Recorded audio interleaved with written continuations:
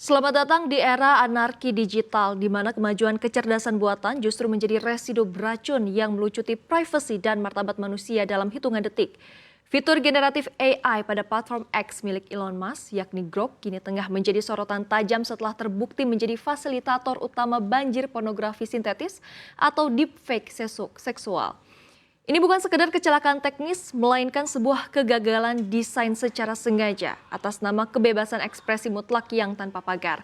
Pemerintah Indonesia melalui Kementerian Komunikasi dan Digital akhirnya mengambil langkah ekstrim dengan memutus akses sementara sebagai bentuk perlawanan terhadap teror visual yang kian meresahkan ini.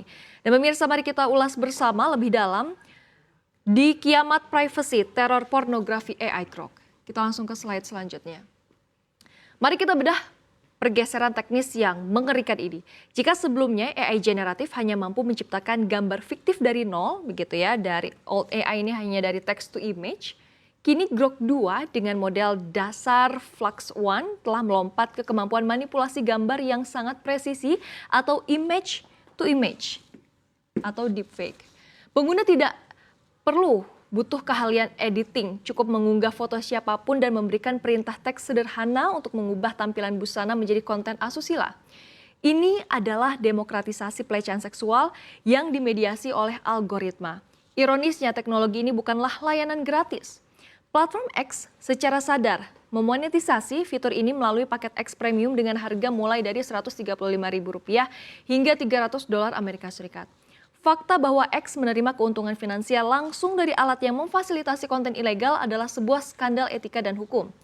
Secara yuridis ini memperkuat argumen bahwa platform memiliki tanggung jawab hukum yang lebih tinggi karena mengambil profit atau keuntungan dari alat kriminal digital. Filosofi inovasi ekstrim Elon Musk yang biasanya sukses di ranah rekayasa fisik seperti raket SpaceX, kini terbukti gagal total saat diadopsi di ranah sosiologis. Mentalitas move fast and break things tanpa moderasi ketat telah meledakkan tatanan sosial dan juga privasi visual. Grok dirancang dengan spicy mode yang memiliki standar moderasi jauh lebih longgar dibandingkan kompetitor seperti Google maupun OpenAI. Tidak adanya pagar pengaman pada Grok menunjukkan bahwa X lebih memilih inklusivitas tanpa batas daripada keamanan pengguna. Keputusan ini menciptakan erosi kepercayaan pada realitas karena batas antara fakta dan fiksi kini semakin kabur. Kita sedang memasuki era skeptisisme permanen, di mana sebuah kebenaran bisa disangkal sebagai buatan AI dan sebuah kebohongan AI bisa dipercaya secara mutlak oleh publik. Dan seperti apa dampak sosialnya, kini kita akan bergeser ke slide selanjutnya. Dampak sosial dari kebebasan tanpa kendali ini sangatlah masif, terutama terhadap kelompok perempuan. Sekitar 3,6 juta potensi korban. Kita sedang menyaksikan eskalasi kekerasan berbasis gender online atau KBGO dalam bentuk penyebaran konten intim non-konsensual.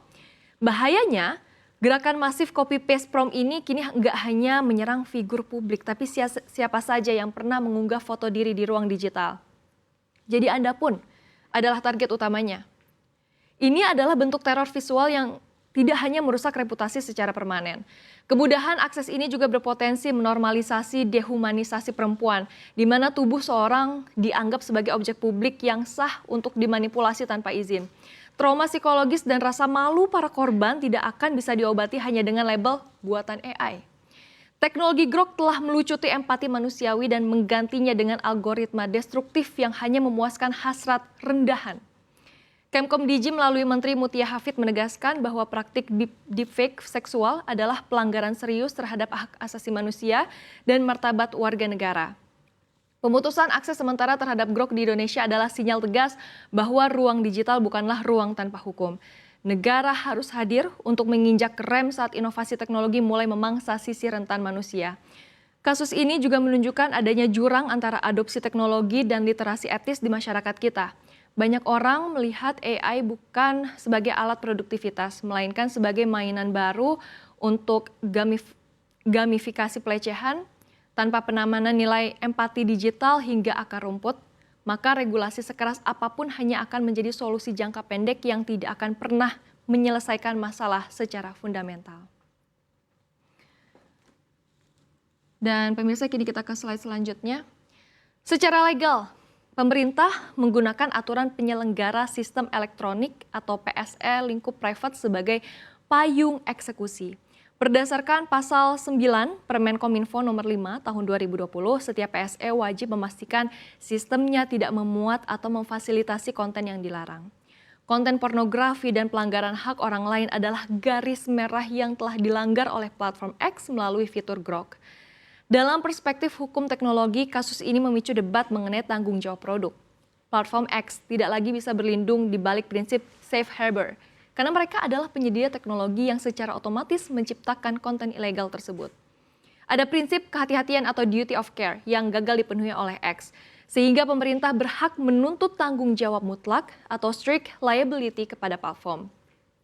Undang-Undang ITE nomor 1 tahun 2024 juga sudah sangat jelas mengatur ancaman pidana bagi penyebaran konten yang melanggar kesusilaan.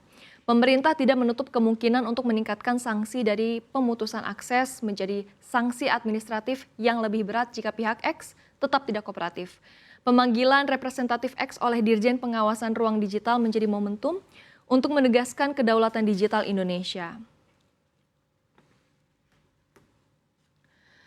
Pada akhirnya, pemirsa, drama Grok ini adalah peringatan keras bahwa euforia AI harus diikuti dengan disiplin etis yang ketat. Kita tidak boleh membiarkan inovasi berjalan tanpa kendali hingga menghancurkan tatanan sosial. Penyelesaian masalah ini membutuhkan intervensi kultural yang masif, di mana etika AI harus menjadi kompetensi dasar bagi setiap pengguna ruang digital. Indonesia harus berani mengambil peran ganda, yaitu mendorong inovasi, namun tetap tegas memagari martabat manusia dari ganasnya algoritma.